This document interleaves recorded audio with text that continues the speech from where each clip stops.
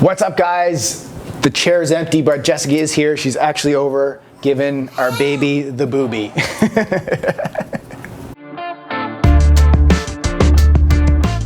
What's up, everybody? Welcome back to #Ask LiveLeanTV. We're Instagramming story right now.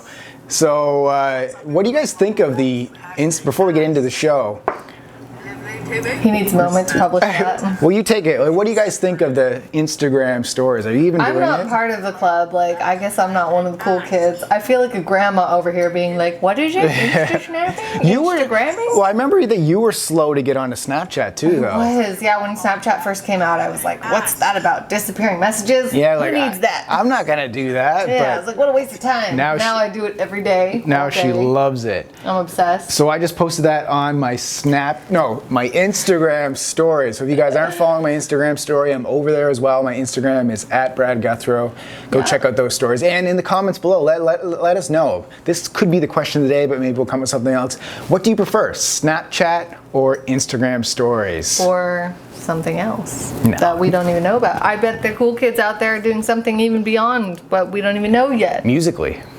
Musically. Yeah. Musically is actually another big one that's coming out now too. Yeah. But we just went on a little rant there just to get back to the show. I'm Brad Guthrow. I'm Jessica Guthrow, Kyla's mom. And guess what, guys? We had our baby. This is our first show with baby in hand. So we got to be quiet because she's right over there on set. Quiet. She's sleeping. So we got to bang out this episode. So I think we should get... We can't do any rants tonight. We got to keep it chill. I wouldn't say that. I might go on... We can whisper. I'm not going to rant. Okay. So this is episode 17, guys. So let's jump right into it. First question comes from Twitter, from @DonEdic. Question is, how much of your diet and fitness do you contribute to your fertility and success in getting pregnant? So this is a perfect question. Oh, yeah. I honestly, I don't have any studies to back it up. We never got tested before we started trying to know if we were fertile or not, but... And honestly, I've never tried to have a baby before this. So when my diet was crappier, I wasn't trying to have a kid then. So I don't know if I was fertile or not. I've never tried to have a kid either. This was our first try. But I don't know if we ever told you guys this story, but we actually nailed it our first try. one go, and so probably had to do something with our and we were like, health. I don't know. We're getting into some of the details here, but it's funny. Right in the middle of it, we were like, no, we were actually talking do we want to do this? Do we not want to do this? And we're just like, let's go for it. And we figured out when we worked it back that was actually when Kyla was conceived. Yeah, based on when we actually found out we were pregnant, and then we calculated back the weeks. We're like, wow, it was the first go. So Andrew, we tried maybe 3 times. So Andrew, Jessica's stepdad, calls me Fast Freddy and I'm Fertile Myrtle. And I don't see how your fertility wouldn't be affected by your diet, because everything about your health is affected by your diet. So I do think that it has a good part. And when you're when you think of planting fruits and vegetables or something, if you have really healthy soil, you're going to have really healthy It's a good analogy. Plants. So I feel like the best environment for a baby is going to be a really healthy body. So and then you can make yourself the most fit and healthy possible before having kids. And so then take that a step further, how to have an awesome healthy pregnancy. Follow what she did. I have a program. So Live Lean Pregnancy, we'll link that down below. If you guys are thinking of getting pregnant, or you already are pregnant, or you have a sister or brother, whoever, that's the program that Jessica used, and she did amazing. And most people think pregnancy is a time to just forget your diet, forget about working out, but no, that's not how I treated it. Anyway, you did an awesome job, and I'm so proud to be part of that. Okay, let's jump on to the next question. Okay, so we are hearing from Margaret Namias. Brad Guthrow, do you think junk food taxes, such as Philadelphia's soda tax, will encourage healthier habits? Good question. Now, I know New York City had something like that too, and it kind of backfired, didn't it? Does California have any? I don't know if California does or not, but I remember when I heard that New York City came out with it, I was actually excited. I was like, I think that makes complete sense. Why is healthy food so expensive, and then junk food is so cheap? What do you think is going to happen when that happens?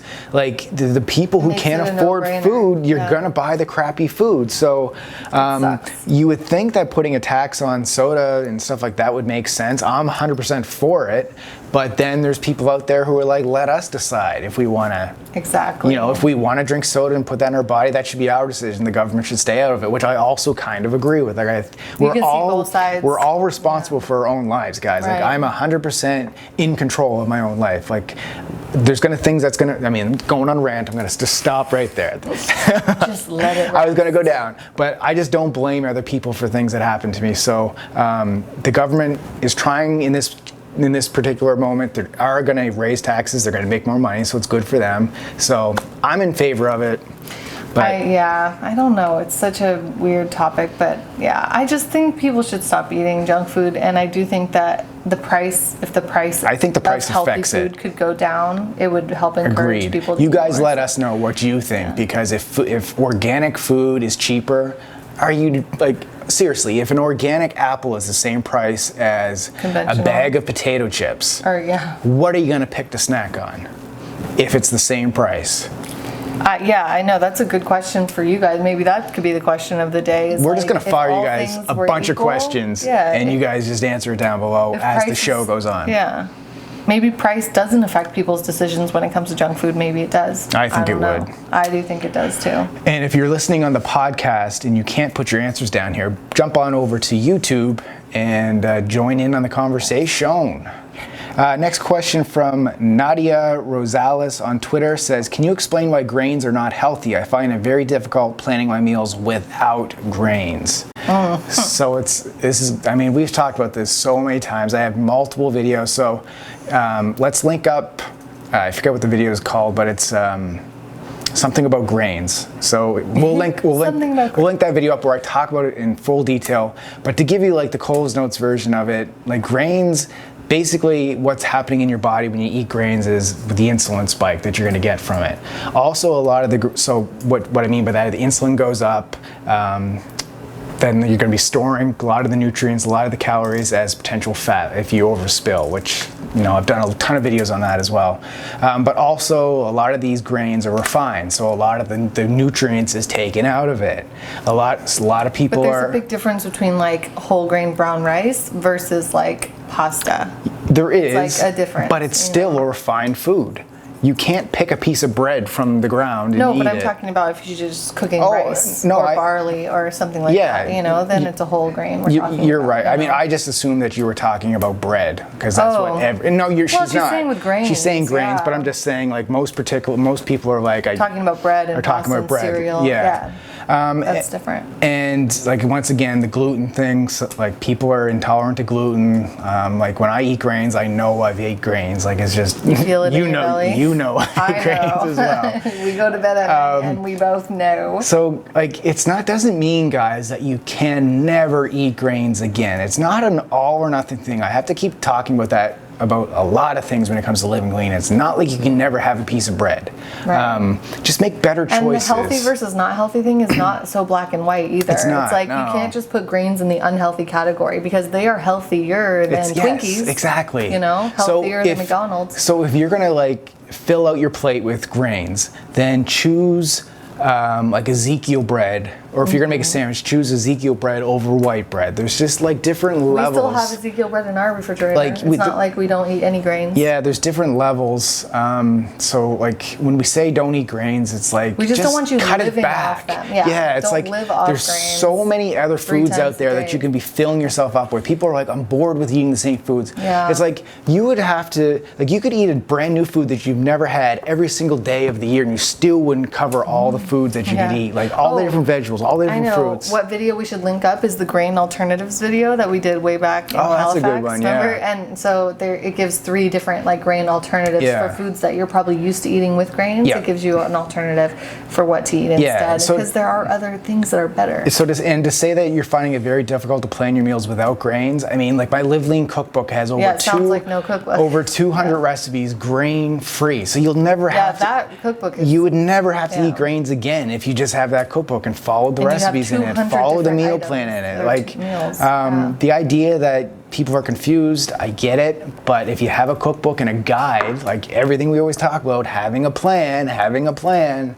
you can accomplish anything. So because a lot of things are difficult when you don't have a plan, but once you have a plan, it becomes like simple. Yeah. Okay, so Dex 2 real, bro. Cool. What are y'all biggest pet peeves? Pet peeve? I love that. You know, it's funny. My biggest pet peeve. What is it? Then it goes against what I'm saying. Uh-oh. Can you figure out what I'm going to say? What? My biggest pet peeve is when people complain. Oh, I thought you were going to say when people ask questions. I'm complaining about people complaining. So it's like I'm doing what I'm saying. But honestly, like I'm such a positive person that it just.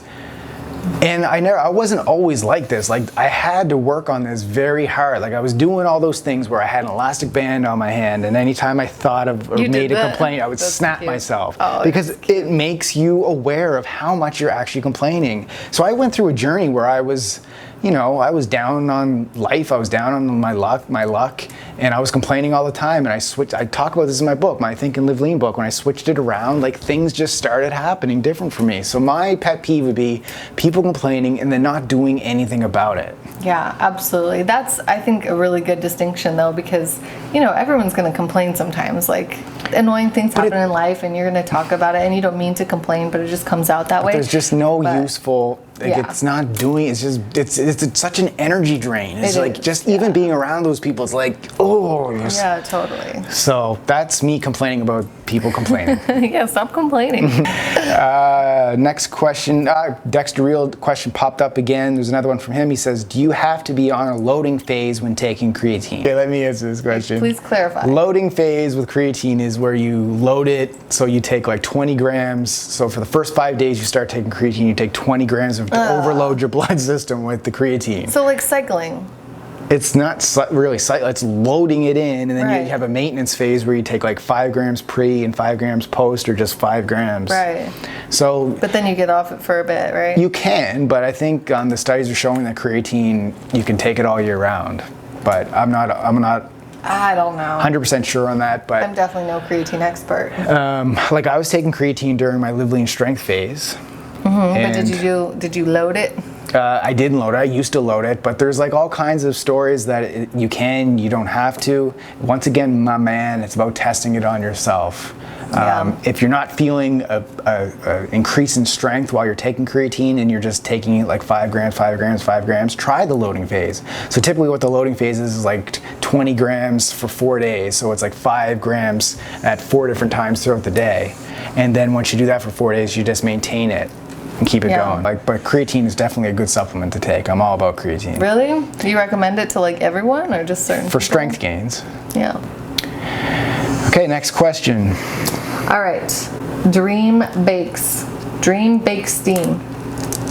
Would you recommend would you recommend cheat meals or days only after you've reached your fitness goal or wherever you are on your journey? Good one. Cheat days. Meals/days. I mean, well, definitely. One or the other. Okay, so cheat days, in my opinion, you don't deserve a cheat. I don't even do cheat days. And I'm 8% body fat. So I was going to say, if you find that you can tolerate carbs pretty well, so you're pretty carb sensitive, and you're already low body fat, like you're under 10% body fat, you can probably get away with a cheat day. Maybe. You have to test it out on yourself. But if you're like over 10% or you're in a fat loss plan, like cheat days shouldn't even be a thought in your head. No. Then you come into cheat meals. So I like cheat meals.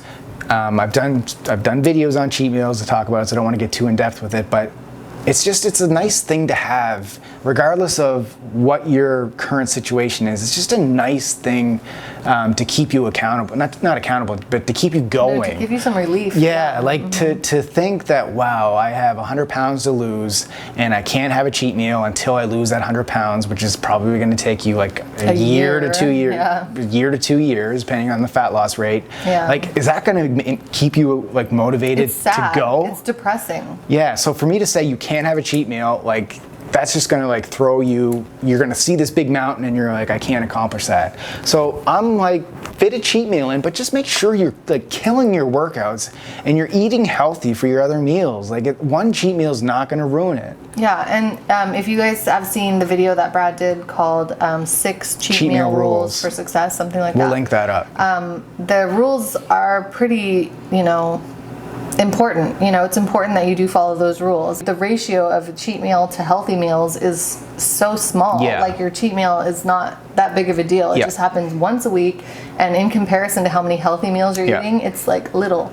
So it's not going to sabotage your progress. Yeah. And like you said, it helps you actually go longer and stronger and feel better about your journey than if you were to never have. Yeah, and if you're in a decent calorie deficit as well, like it helps to re-spark like your leptin levels and everything else. That's going to help, you know, continue get your metabolism back up and keep that fat burning engine going. The other thing is I think a lot of people confuse a cheat meal for a binge meal, and for us a cheat meal is not a binge meal. It basically is equal or maybe slightly higher calorie than the stuff we would normally be eating. Oh no, but it's not like 10 times the amount of calories. No, but it's definitely high. I mean, it could be double. You guys but have it's seen not 10 times. No, but you've seen my cheat meals. Like I'm eating like a pizza. Like that's way higher than a whole pizza. Yeah, it's way higher than a typical meal. No, but you usually don't eat again after that. That's like you're right. You know what I mean? So I'm talking about your daily calories. Oh, I thought you meant, like Yeah, I don't mean meal per meal, Yeah. but I mean your total day is going to be roughly similar to the amount of calories you're used to eating.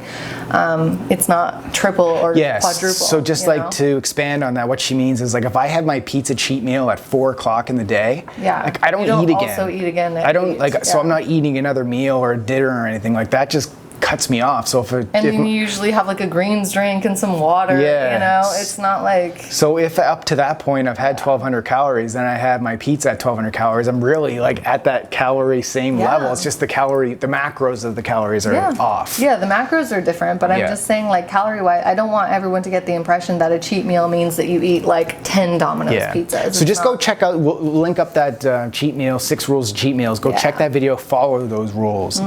Next question from Rebecca on Twitter says, sugar-free fizzy drinks, are they as bad as sugar-filled ones? I've heard some people say that they are. Oh, well, are we talking about like it depends on what you're sucralose ones? Yeah, it depends on if you're talking about Coke? like artificially sweetened, which probably she is. Yeah. Well, like a stevia soda is naturally sweetened. So stevia is a natural sweetener, so that would be like on the okay list. Like we like the Zevia sodas. They're pretty good. But yeah, I think if you're talking about like Diet Coke, Diet Sprite, stuff like that, I do think that those could be maybe not equally as harmful as the sugary ones. It's so hard to say because the artificial sweeteners haven't been around enough for the studies to be conclusive on like in 30 years, if you had diet soda for 30 years, this is what's going to happen to you. Because the studies haven't been around that long enough yet. So I don't drink soda at all, like sugar-filled soda. But if I do have an energy drink and I had a choice between a sugar-filled energy drink or an artificial sweetened one, I do choose the artificial sweetened one. Right. And it's because, yes, I don't want to have the sugar in me, but it's also because I find the sugar, I don't like the taste of the sugar. It's too overwhelming for me. So. Yeah, I don't know. I just think. We don't have a conclusive answer to it. Yeah. But if you're on a fat loss plan and you have to have these sweetened drinks that are. Well, the answer is you don't have to. Yeah, but if you like, but if you feel like you have to. Yeah, if you feel like you have to, I would go the 0-calorie ones as opposed to drinking a full sugared. And we would also recommend that you slowly wean yourself off of that habit because honestly, either way, whether it's sugar-free or sugar, it's just not good. But I mean, like I said, go with the stevia flavored one. Go with the stevia. It's a couple pennies really more. Close replacement. But it's you won't even miss like diet soda if you can just have the stevia soda instead. All right, next question. What we would do, but obviously not every day. Hopefully, you can just have that once a week. Okay, Sir Jeeves. So he says, hi guys, I'm 6'8", 345 pounds. Wow, 6'8" is super tall. Yeah. I do weight training thrice per week. It's definitely a sir. Sir Jeeves. Are there any subs and foods I can use to recover better? Yeah, so... Wow. So it just sounds like you're lifting weight and you're getting sore after your workouts. So that's normal in the beginning. So yeah, completely. Because your body's not used to that stimulus, so your muscles are breaking down, and to recover, you're going to get that soreness, that DOMS, that delayed onset muscle soreness. But 3 times a week is really not that frequent. But if it's for a beginner, you have plenty of recovery time. Yeah. But if it's for a beginner, then you're going to notice it for the first month or so. But at 3 times a week, that's going to go away because it's not that high of a frequency of workouts. But you're asking, are any subs and foods to help you recover better? Food is going to be your first source. So you got to make sure that you're getting enough protein, because protein has the BCAAs in it that's going to help you repair your muscles that are sore. And when he says protein, we're talking about things like chicken, fish, beef, eggs, like that kind of stuff. Yep. And protein powder if you want. And protein powder. And if you're looking for subs, like you could do like a protein powder or branched chain amino acids. Glutamine sometimes can help as well. But make sure you're drinking tons of water. That really does help with muscle recovery. And sleep. Sleep. A lot. But if you're balling on a budget and you can't afford, if you can only afford one thing or the other, go with the food. Like just fill your cart with those protein sources. Yeah, and if you're not sure like how to cook with those raw ingredients, we got cookbooks for you, buddy. All the foods that we recommend in like Team Live Lean, all the meals in all of our cookbooks are perfect for muscle recovery. Yeah. That's what we do. Okay, next question from Lizelle on Twitter. She says, if you could only eat one type of protein, carb, and fat for the rest of your life, what would you pick? Pizza? Yeah, no, I mean, there's protein in the cheese. There's the crust is carb, and there's fat in the cheese, pizza. Wait, so one thing for each category? Yeah. Ooh, that's so tricky because I just love variety of food. Like I like having like a lot of different varieties. Only one. Well, my carb would probably be some kind of fruit because I just really can't live without fruit. So which fruit would I pick? Mango? No, that's your favorite.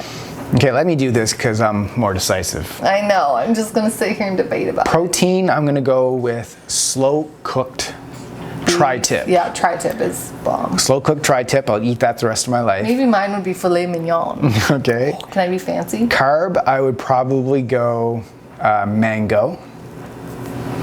And fat, I would probably go, it's a toss-up between avocado or macadamia nuts. I'm just thinking of like dark chocolate too. Oh, that's good too.